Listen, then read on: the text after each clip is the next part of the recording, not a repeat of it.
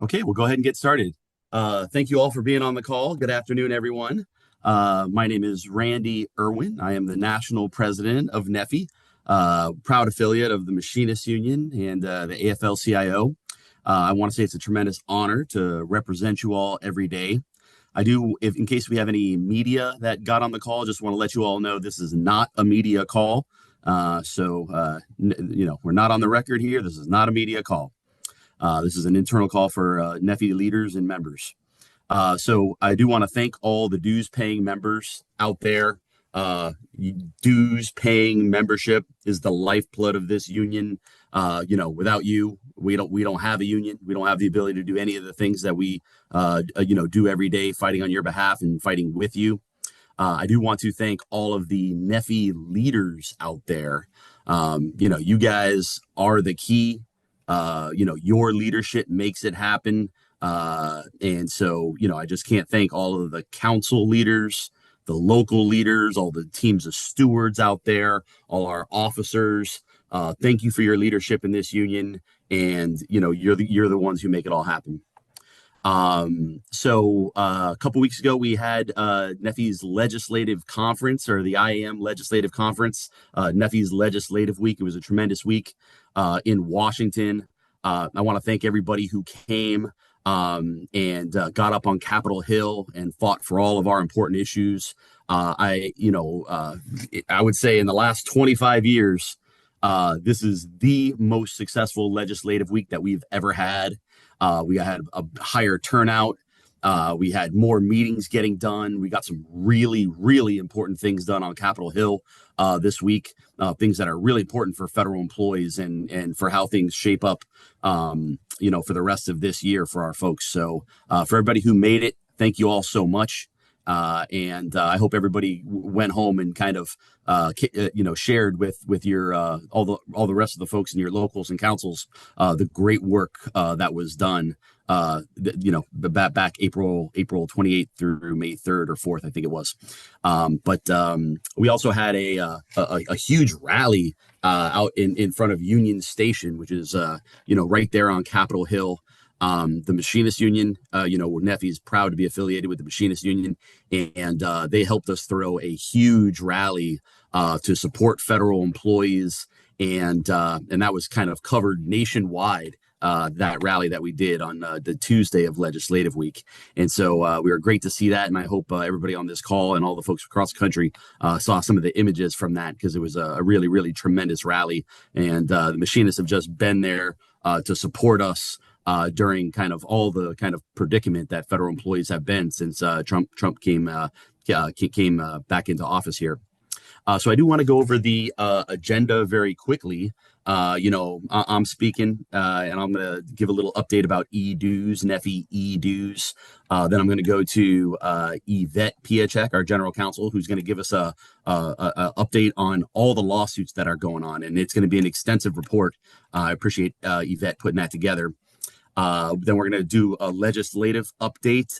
Steve Lenkart or Matt Dorsey, our lobbyists, are going to give that report. Steve is coming back from a dentist appointment, so if we get him, he'll do it. If not, Matt will, or maybe they'll team up. I'm not sure, but we got some important legislative items that are happening right now. You may have been seeing some of this stuff in the news, but they are going after federal employees' pensions. They're trying to put some really awful things into some of these budget bills, and there's just fight after fight that's happening on Capitol Hill right now that we need everyone's help with. And Matt and or Steve are going to give you an update on that.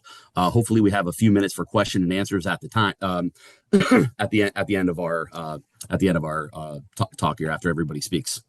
So let's talk about e-dues. This is NFFE e-dues, our electronic dues paying platform. Again, due to a recent executive order signed by President Trump, government agencies have discontinued deducting union dues directly from federal employees' paychecks at many federal agencies. Not all federal agencies, a lot of federal, 18 specifically mentioned. But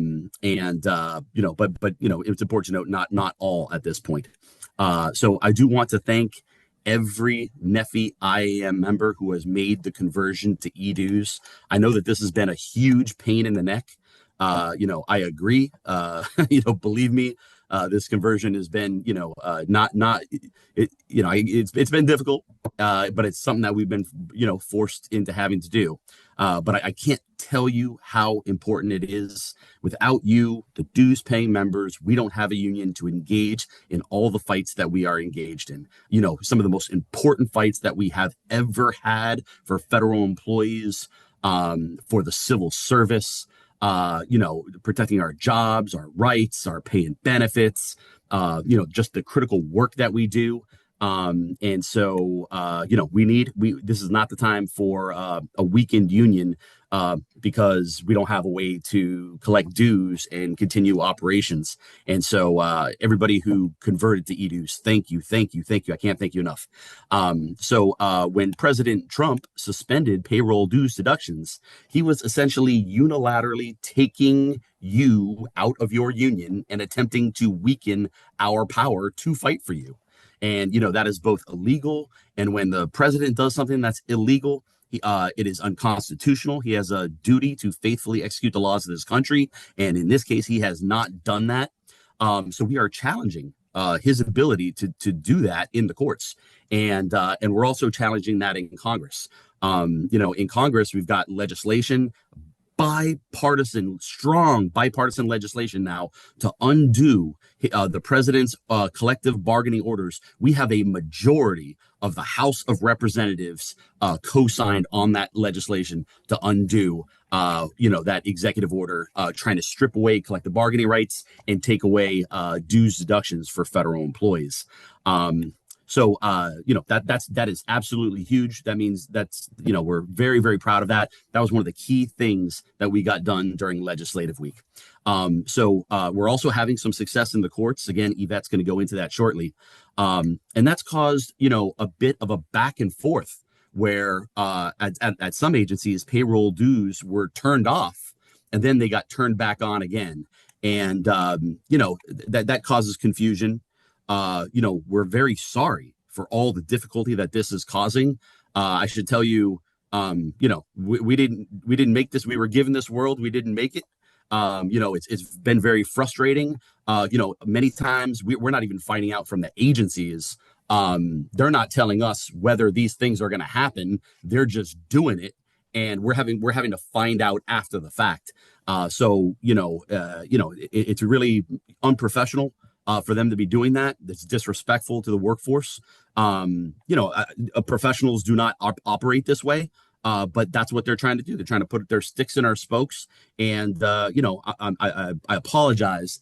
A lot of our members must be frustrated by that, by, people moving to e-dues and then their dues get resumed. And then we're trying to refund e-dues deductions and things, but this is kind of being imposed on us and we're stuck being in a reactionary mode. But I promise you, it is a very high priority to get this all right. Very shortly, this will all shake out and we will know. There will be some agencies on dues deductions. There'll be other, on payroll. There'll be some agencies like the Forest Service, for example, is payroll dues deductions have continued. And that's good. That's great that that's the case.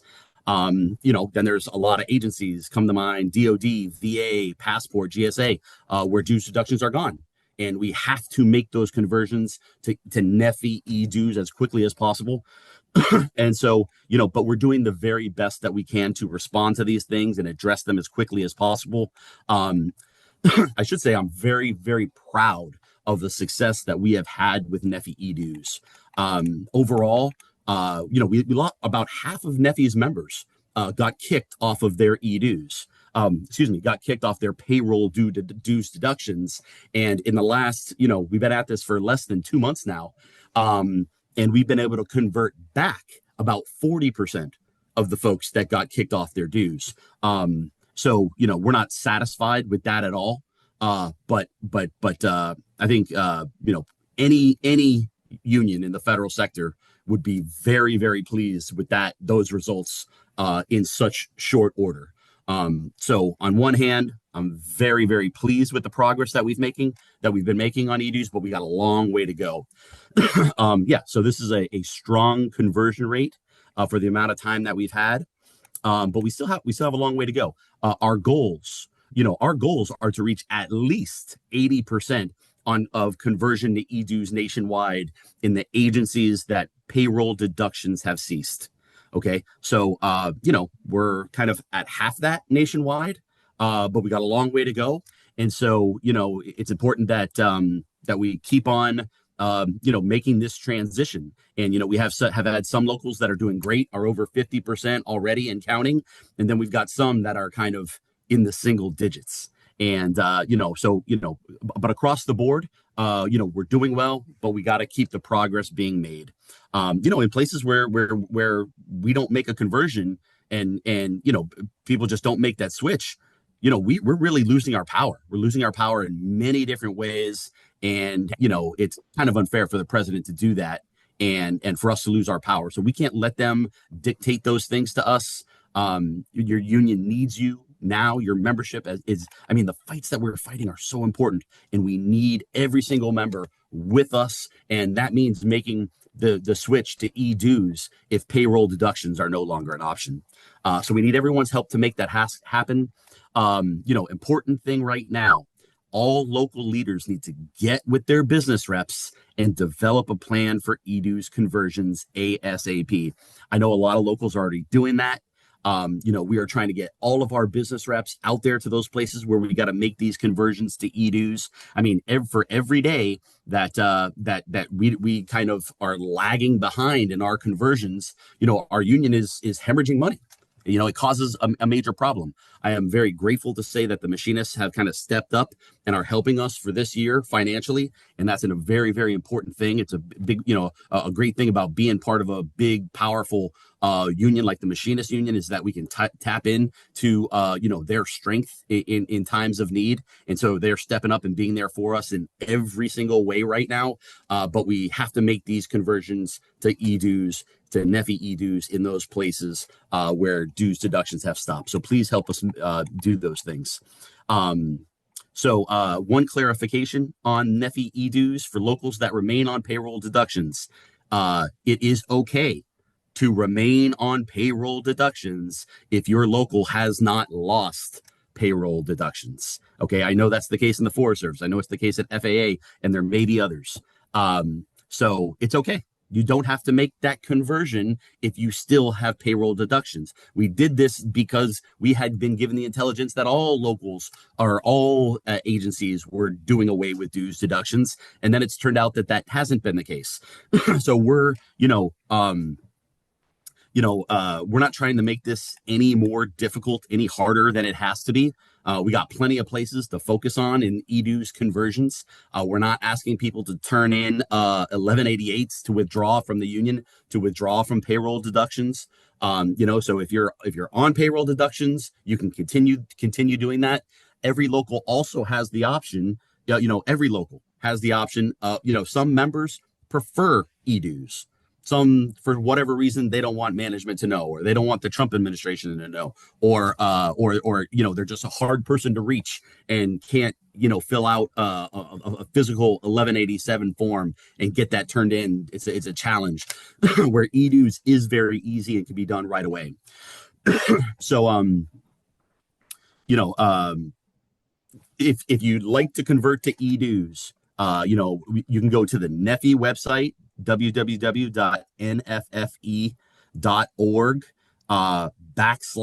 /e-dues, and you can sign up right away. And again, we need everybody helping us to make this conversion. By the way, this is for everybody out there who really considers themselves a leader in this union. This is your opportunity to show us that leadership. Your union needs your help right now. And for the people who step up right now when we need their leadership, that is going to be noted. Okay, so please, we got to make this switch. And that means we have to embrace NFFE e-dues. And of course, we're fighting all of these fights. But this is a thing that was imposed upon us that goes at the heart of what our union is, trying to take away our membership and ultimately weaken our ability to fight for you in all the ways that we do. So we need leaders to step up and help us right now make these conversions of e-dues. With that, we're ready to move forward in the agenda. And I am going to turn it over to Yvette Piacek, our general counsel, who's going to give us an update on all the lawsuits that we have going on out there. Take it away, Yvette. Thanks, Randy. Hi, everybody. Glad you could join us here today. So, here's my in-depth legal report. Someone before the call asked me to give basically a scoreboard iteration of how we're doing. So, here's the score. There are about 70 lawsuits total pending against this administration for all the attacks on federal workers, related to DOJ, related to dismantling, related to um, interfering with independent agencies. So that's a lot of cases. The movement and our allies, we are busy. Um, of those 70, by my math, I've counted 21 early wins and about 11 early losses. So what do I mean by early wins and early losses? So basically, most of these 70 cases, we have the opportunity to file for a temporary restraining order or preliminary injunction. There are strategic reasons why we might choose to file for those or not. And so about by a ratio of about 2 to 1, we've been able to secure those early wins either by winning a temporary restraining order or securing a preliminary injunction, or in some cases. Um, so that's been pretty positive for us overall. For all 70 cases, by my count, all but 2 are still very much active, meaning that we have these early procedures that we can try and get intervention to stop the harm from accruing, but none of the courts are really hearing the cases on the merits yet, which is, the meat and potatoes of the case. So that won't happen probably for still several more months, possibly even years, depending on, how this works its way through the appellate courts and that sort of thing, and how many motions are filed and how discovery goes. So we're still in the early stages here, but by my calculation, we're still ahead of the game, winning 2 out of 3. And that's across the whole movement. That's pretty good news. So the courts are on our side more often than not. And we're going to keep filing. We're going to keep pushing because that's how we make this democracy work, right? And that's our tool, at least one of our tools that has been working. So in other better news than the first thing I touched on, we had an excellent court ruling out of the District of Rhode Island that returned our brothers and sisters at the Minority Business Development Administration to work. We welcomed them back to their office earlier this week. It was a little bittersweet because I know a lot of people are nervous about what are they coming back to. It's still a hostile work environment there that they're re-entering. But in any event, it's still a victory and we'll take it where we can. So, they are off of administrative leave. Their RIF notices were not put into effect. They were supposed to be RIFed. And the court stopped it at the last minute. And for now, they are back to work. That agency is functioning and the mission is being served. And so that's great. We're really happy that they are back to work. The other good case that we had recently was with relation to, I guess, 21 different agencies that were subject to potential rifts under that executive order 14210, where President Trump ordered all the agencies to reduce the size of government by conducting rifts. And out in the Northern District of California, we on May 9th got a grant of a injunction. And so basically all 21 agencies that were named in the lawsuit, most of them are NFFE agencies, but not DOD, unfortunately. But all of the other agencies are enjoined, meaning they cannot take RIF actions as long as this preliminary injunction is in place. So we benefit from that. We weren't a plaintiff in that. I was involved in it in the creation, but we couldn't be a plaintiff in it because we had a similar case that we'd already filed, and we didn't want to have an issue with cross claims, or bringing claims in multiple courts. You can't really forum shop like that. So um, we still benefit from it. I know we have GSA RIF notices that went out that were going to be effective June 7th. Those cannot be affected. You are subject to this enjoyment order. Unfortunately, the bad news is, and this is how it goes, the government did last Friday petition to the Supreme Court to intervene. And the Supreme Court hasn't answered yet, but the Supreme Court could step in and say, all of those 21 agencies could go forward with RIFs. We're going to stay the lower court's action. So as soon as we get news on that, we'll update you. But for the meantime, you're under the enjoined action order. So that's great. Again, the courts are working. All right, what's next? Collective bargaining rights. That's a big one. So that one impacts almost all of our units. This is the action that President Trump took to exclude multiple agencies on the basis of the national security exemption.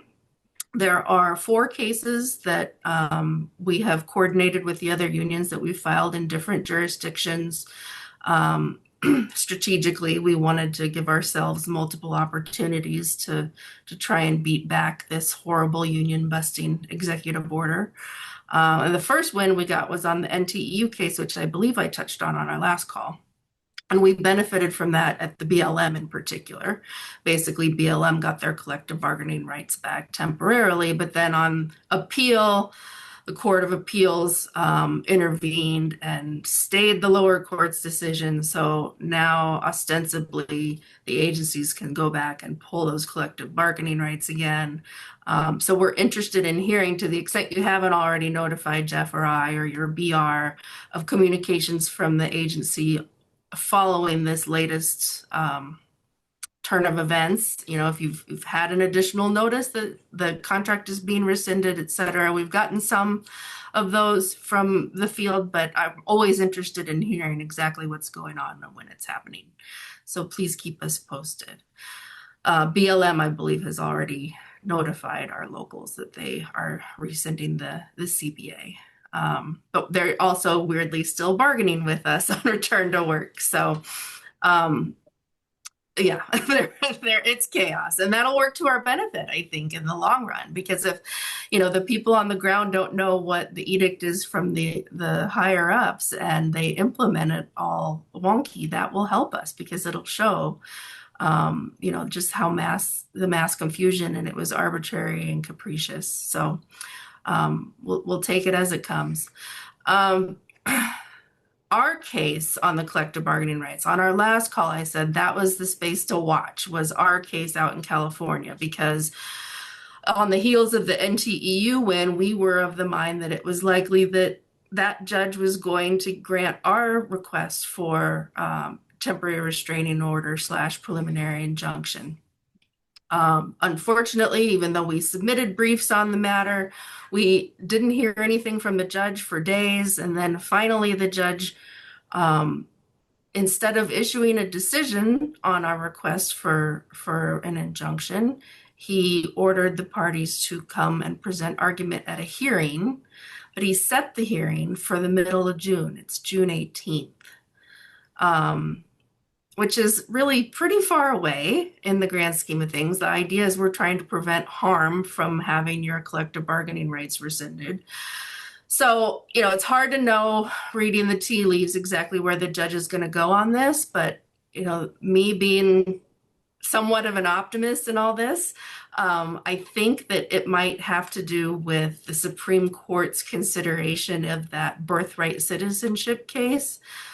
Last week, there were Supreme Court arguments on the birthright citizenship case, but not really on it, because really what they focused on was preliminary injunctions.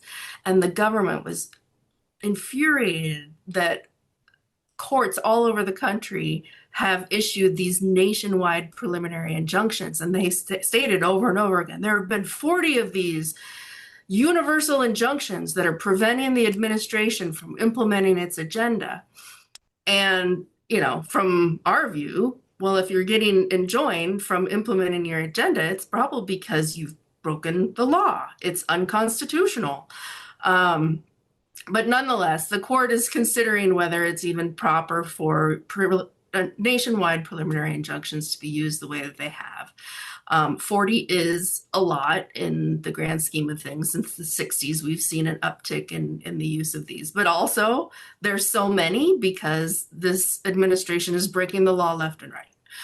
So it'll be interesting to see how the court comes down on that. I'm hopeful that we'll still be able to get nationwide preliminary injunctions because that's been our primary tool to stop the dismantling, to stop the rifts.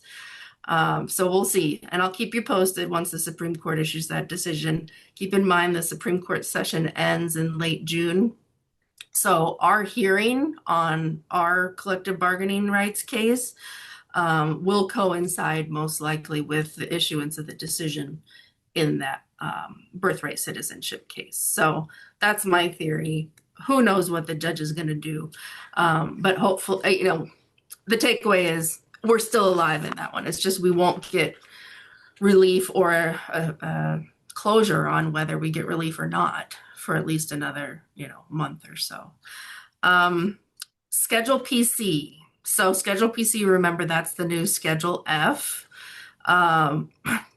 Hopefully, many of you received messages about how to submit your own comment to the government on whether you support Schedule PC or not. We roundly do not support Schedule PC, and we are submitting a comment from the national office, but we have asked all of you and all of your members to go onto the NTU website. We've put a tool up there where you can submit your comment. We put a sample out there. There's also other toolkits through the Fund Network that you can use. But the deadline's tomorrow, folks. So please, please, please, if you haven't done your comment yet, go onto the NTU website and search for Schedule PC. It's right there on the homepage about halfway down. You just click on that and you can get into where you can submit your comment. And thank you, Matt, for dropping it into the chat. So NFFE has now to date filed 5 lawsuits. 2 of the DOJ lawsuits that we filed are still alive. They're working their way through the system. One of our DOJ lawsuits, we won a preliminary injunction, which was great, but then on appeal, it got stayed. So that's working its way through the system, but the case is not dead. We'll still get to proceed on the merits. There are 13 lawsuits across the whole federal government just against DOJ. That's a lot of lawsuits that they're having to defend against. So across the labor movement overall, I'd say the most success we've had is on our cases challenging the dismantling of individual agencies. A probationary case, again, we had early victories there, but then on appeal and then with the Supreme Court intervening, that ultimately the employees were returned to work, but many of them were subsequently fired. And on this point, this is an ask for all of you too, especially the leaders. If you could gather together names or at least the number of probationary employees that were terminated, brought back, and then terminated again. We can get that information through an information request through 7114, but I'd like to have our own data on that. So if you could, again, find out how many employees on probation were terminated, brought back, and terminated again. Really like to see that data. So the 5th lawsuit that we just filed, I think it was last week we filed it. Time is a construct. This one was against the dismantling of NIOSH. And NIOSH, most of you know because you work with PPE or other, very risky, unsafe jobs. NIOSH is the arm of the government that protects worker safety, prevents, employees from getting killed on the job, exposed to hazardous conditions. So they're the ones that certify that the masks, the N95 masks are really appropriate, and doing their work. So they also track a lot of and assemble a lot of data that's really important to us. And when we are bargaining or lobbying for improved worker safety, we rely on NIOSH data, such as the National Cancer Registry, where they were tracking in wildfire positions, exposure rates and how that correlates to long-term deadly conditions like cancer.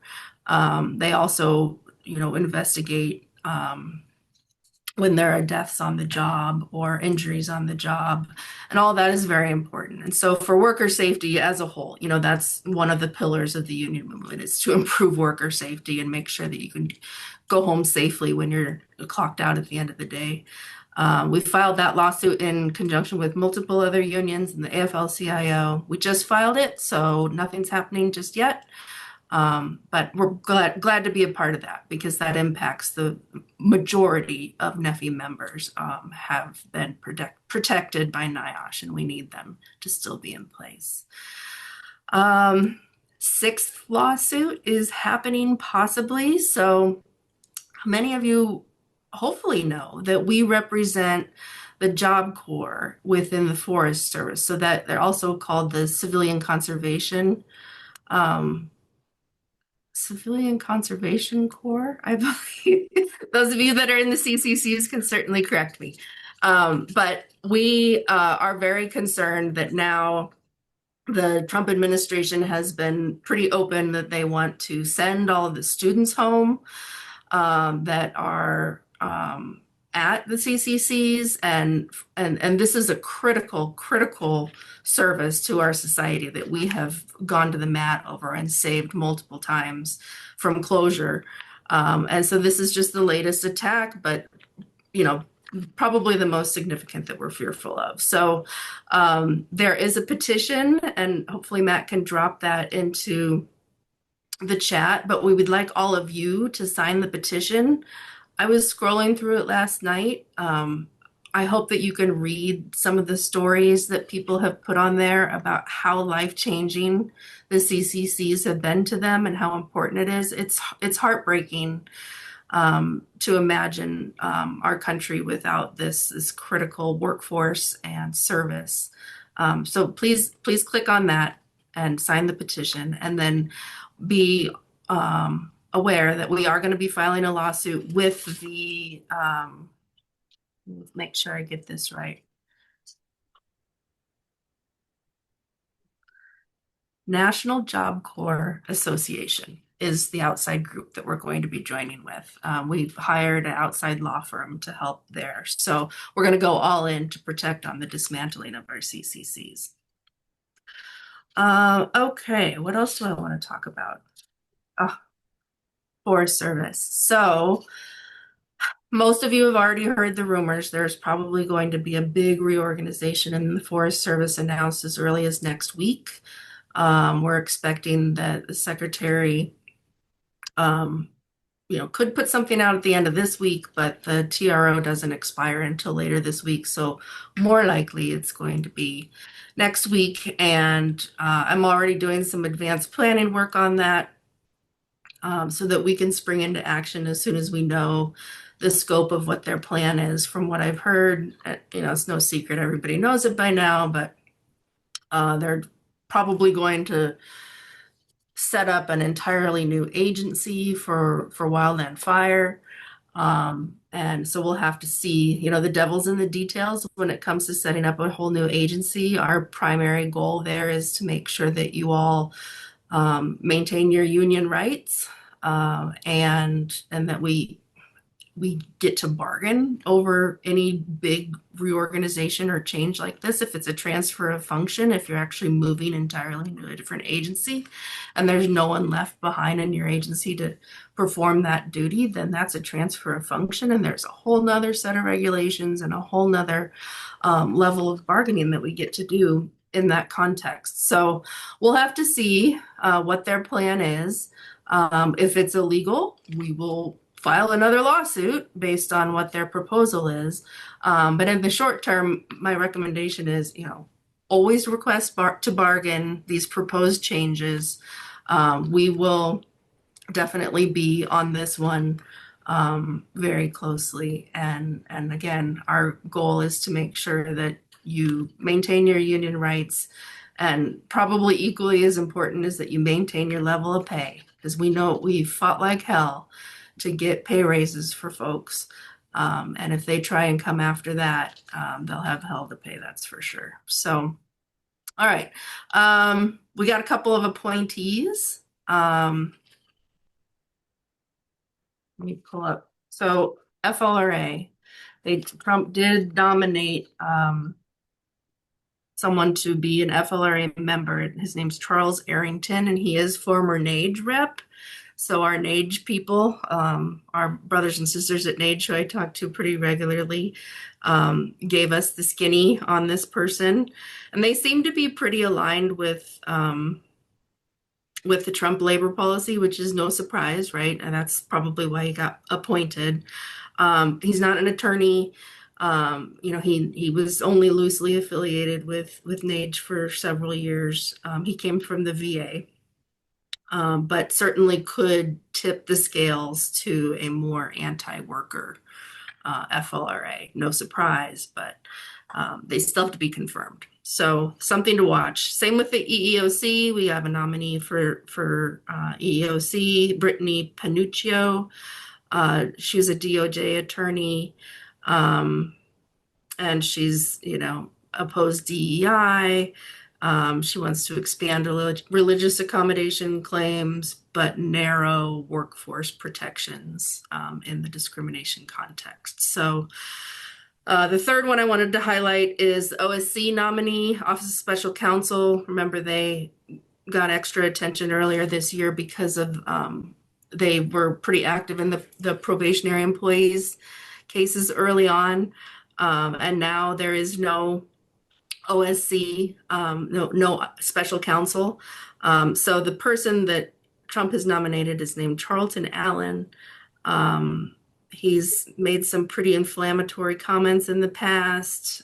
He was actually nominated for the EEOC back in the first administration in 2017, and didn't get nominated or didn't get appointed because the Senate didn't advance him because he had made such inflammatory comments.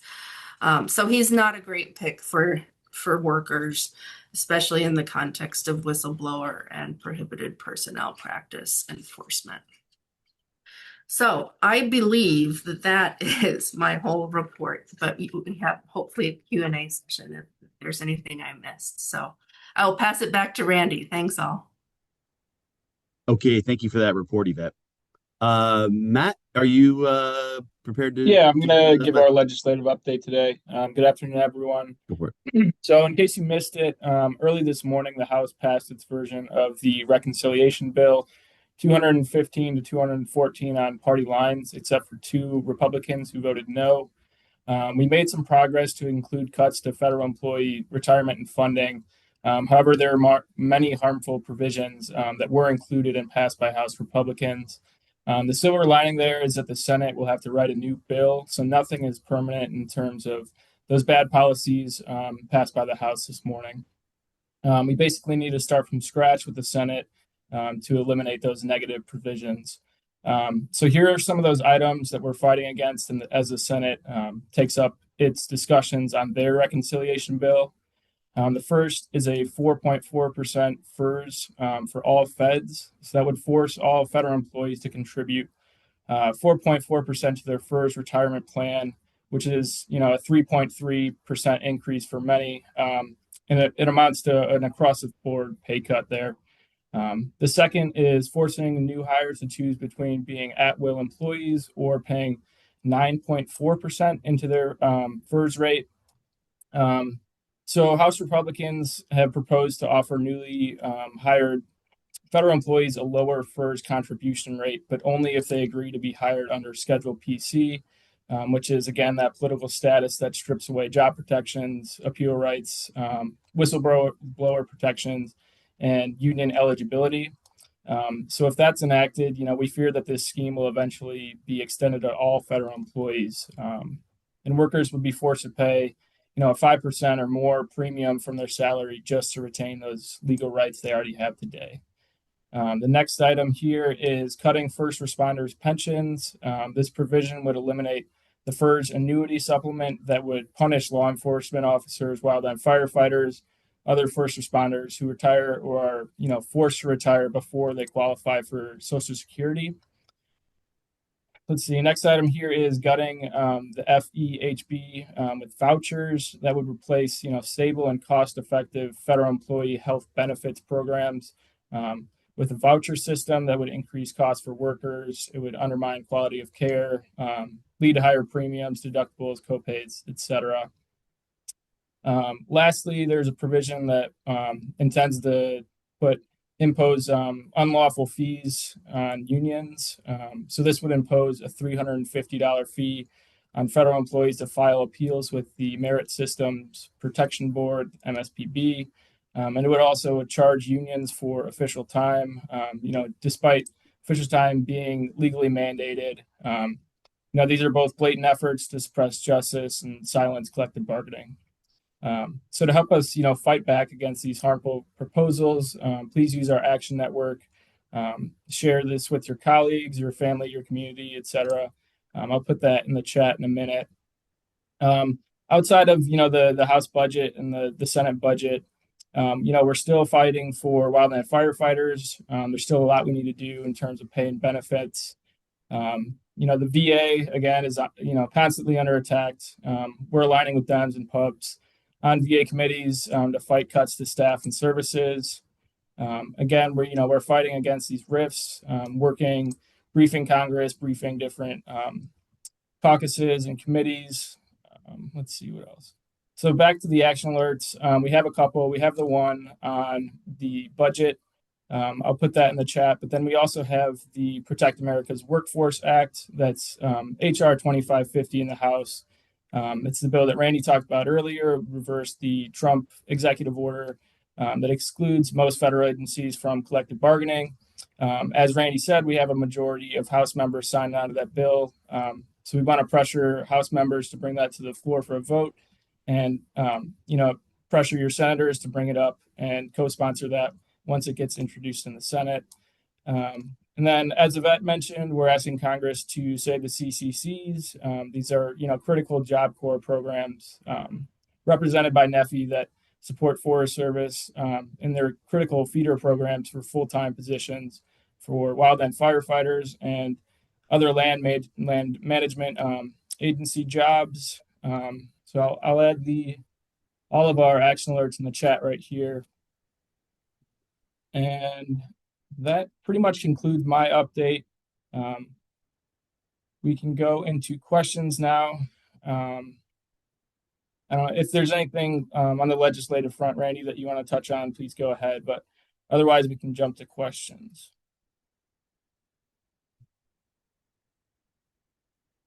Randy, you're on mute there.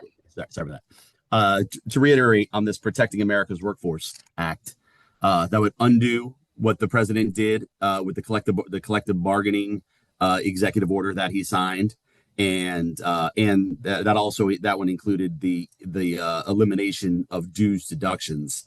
As of a couple days ago, we had 7 Republicans, and I think every Democrat in the House signed on to that legislation.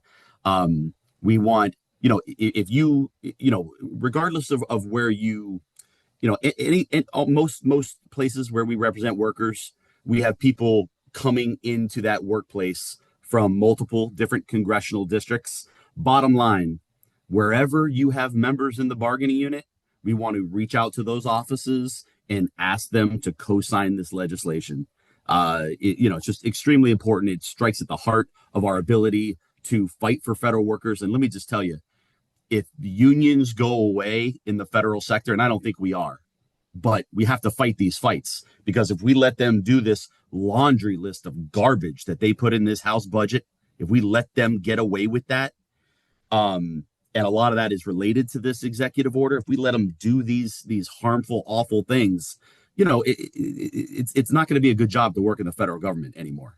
And they'll just be taking away your pensions. You'll never see a pay adjustment happen again, or maybe that's a bit of an exaggeration. But if we're not here to hold the line on your pay, your benefits, your rights, your job, these anti-federal worker folks out there, and there's a lot of them, are going to have a field day. And they're going to take all of the important work that you do, and they're going to take that money and give it as a tax cut for billionaires, which is what their agenda is. And they're executing it. They're doing it in broad daylight. That's what they're doing. This budget that the House passed would increase our deficit, even with all the cuts that they're making. It would increase the deficit by nearly $4 trillion. And you want to know why? Because the big piece of that legislation is a huge tax cut for billionaires that we cannot afford in this country. And they want to take your job. They want to take your retirement. They want to take the important work that you do for the American people and pay for a damn tax cut for billionaires. And we can't let it happen. And so, so our ability to be here and hold that line is critical. It's critical for our democracy, not just you and your communities and your families, but the functioning of our democracy, because there's some crazy stuff going on in this town, and we're seeing them come after you and everything that makes being a federal employee a good job, and doing away with that. And it's just scary times. So we need to get that legislation passed, and we already have a majority in the House, and we need it introduced in the Senate. So you need to, if you have a Republican member of Congress anywhere around your workplace, you got any folks, get in touch with that office and say, co-sign. This is bipartisan legislation. If you stand with your constituents instead of billionaires, then you will co-sign this legislation and hold them accountable, and go to town halls and don't give up and demand an answer. Will you co-sign it? Okay. And we need that to happen. We can be unequivocal. We already have a majority of the House, including 7 Republicans. It's bipartisan. There's no way, no good sense member of Congress should feel bashful about co-signing that legislation, given the bipartisan support that it has. So do it, get it done. We need more Republicans on it. We need it to be so overwhelming that they go away from this issue altogether. Because if they take away bargaining rights for us, you can bet, and not only will we have no power for federal to represent federal employees, but it'll be contractors next. It'll be all public employees next. And before you know it, working people won't have a voice in this country. And the billionaires will run roughshod. And, it's like just a decline, just a collapsing of the middle class, is what the implications are. And it starts for us right now on that piece of legislation. That's the one. So it's bipartisan. Go do it. And we also need a Senate companion now. It was important to get it done in the House first. But now we need the Senate companion, and that should have a majority. We want to get to veto-proof majorities, so that even if the president says no, Congress passed that legislation and he could veto it. Okay, we need a veto-proof majority because it's just not right what's being done there.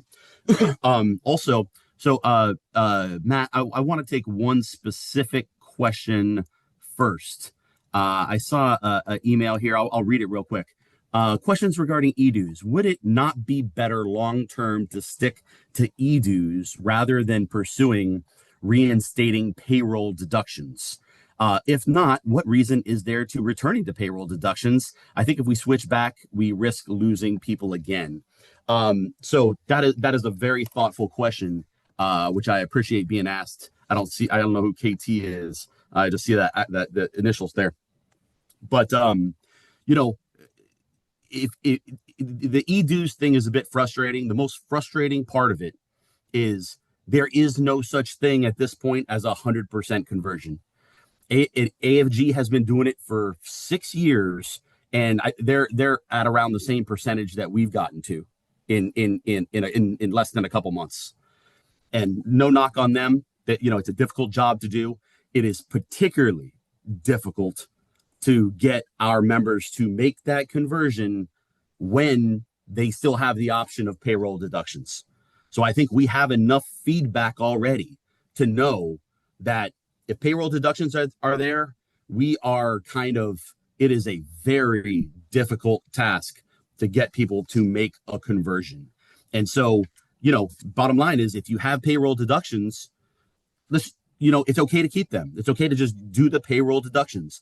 The big risk with this, taking away of an executive order to take away dues deductions and our ability to respond to it, we've answered those questions. Can we create the tool to collect dues if payroll deductions go away? Yes. We've got 40% of the people who got kicked off dues already converted, and that number is growing every day. And we're about to get more sophisticated in that. The AFL-CIO is helping us, and so we've got some new tools. Access to some data that we didn't have before about our own members. They had a huge database of information that we've never seen before. That was a special thing that's gonna help us make these conversions where we have to.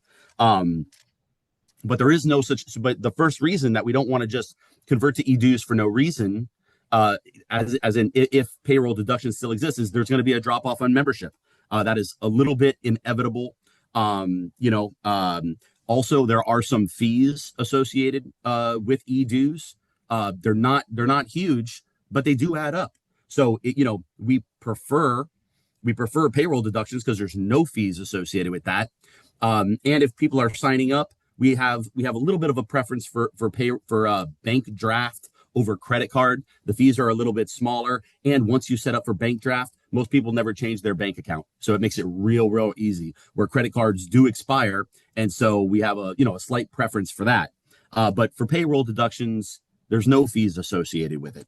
Let's see here. The other thing is it takes time to administer e-dues. If the agencies do it, the list of dues payers comes and a check, for the total amount of all those dues comes. And that's a real easy thing for us to process and move forward with. E-dues, now we're kind of running this, credit card bank draft operation, which our thing is working good, but it just takes work. And so, now that we have this tool, that tool will never go away. I highly doubt that we will ever do away with e-dues because it's a very valuable tool. And and now that we have that set up and it's working, that mitigates the threat of what taking away dues deductions can do. They can never kill us, by taking away dues deductions because we have that tool and we're using it. We know how to use it. So if they take an agency that has dues deductions right now and take them away, well, we can convert to e-dues very easily, just like all the other places that we've already done it. So, those are the reasons for that.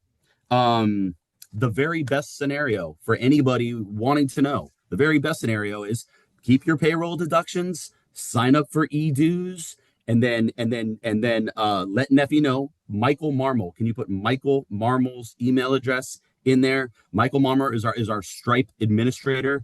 And so you can sign up for e-dues and then tell Michael Marmol, hi, I'm still have payroll deductions. Please pause my account.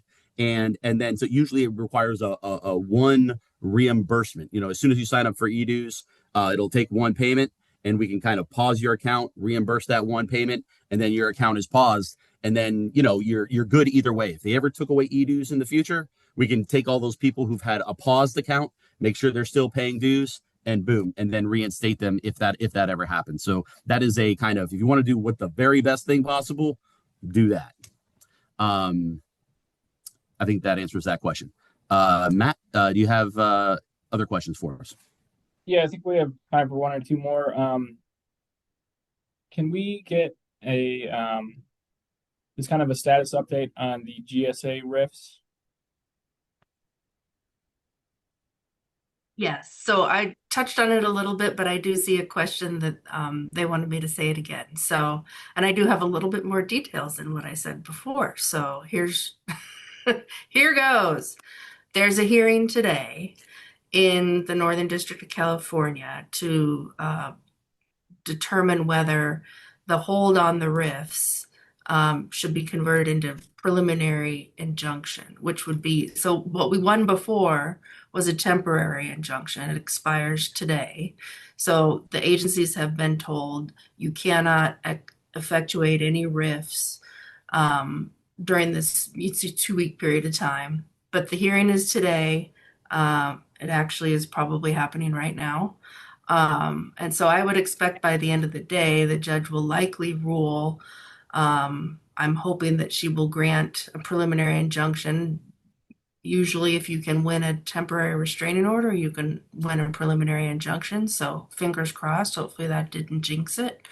But in that event, then if we win a preliminary injunction, that will be much longer, basically indefinitely, until maybe the Court of Appeals intervenes and issues a stay, or the Supreme Court. Remember, I'd said that the government had already asked the Supreme Court to intervene on this case last Friday. So it's possible that even though the judge is hearing the preliminary injunction today, it's possible the Supreme Court steps in and says, like they said in the probationary employee case, that the government can continue to do what they had initially set out to do under the executive order. So I know it's complicated, but that's where we are. So for now, you're still covered by the temporary restraining order. Hopefully by the end of the day, that'll convert to preliminary injunction. But I guess we'll have to wait and see what the Supreme Court does as well. And I wanted to list the names of all the agencies that were covered, because I saw someone mention, like, how come DOD wasn't included in that? DOD was not included in that because they weren't named as a defendant in the original lawsuit. This is a lawsuit that was filed by AFTE. It wasn't filed by us. And they chose the defendants to list. So here are the agencies that are covered under this, like, you cannot do a RIF for the near term. So it's OMB, OPM, Doge, USDA, that covers a lot of you. Commerce covers a lot of you. Energy, HHS, HUD, Interior, Labor, State, Treasury, Transportation, VA, AmeriCorps, EPA, GSA, NLRB, NSF, SBA, and SSA.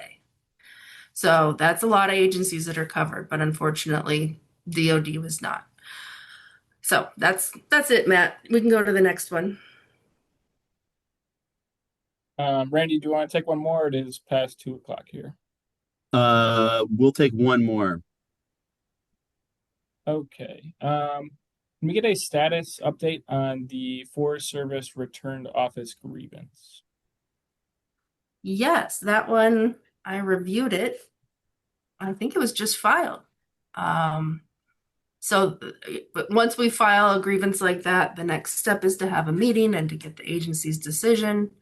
And then we'll probably push it pretty quickly to arbitration. But I did consult on the draft, and there was quite a team, as usual, working on getting that one shaped up and ready to go. So I'll be monitoring that one carefully. And Carl just confirmed, yes, it went in. Step 2 was filed last week. I did want to say just one more thing about the Protect America's Workforce Act. There was a follow-up question. We want to continue to build support for it. There is always the risk that the president vetoes that legislation if we get it passed in both the House and Senate. But if we get that level of support for it, I think there's a good chance of getting it attached to some kind of vehicle that is moving through Congress that is considered must pass legislation, something like a defense authorization bill or an omnibus spending bill or something like that. So, every year there are a couple vehicles, that are moving through. And if we have tremendous support for a piece of legislation that has a veto threat, then we have options to attach it to something that we know that the president's going to sign. And so even if we don't have a veto-proof majority, we could be in that window of a majority of Congress, Congress passing it or having a majority in both houses supporting it and not having veto-proof numbers, and we could get it attached to something. And so that would be the strategy on that if we can't get it past as that standalone legislation. And it's probably the more likely route for it getting passed. With that, I want to thank everybody for being on the call. We're going to Yvette, great report. Matt, thank you so much. Great job. We're going to continue to try to do these monthly. I think, we're in a groove here doing these monthly, and we just appreciate all that you're doing. Please help us convert to e-dues. Thank you for everything. And we'll talk to you soon. Bye, everybody.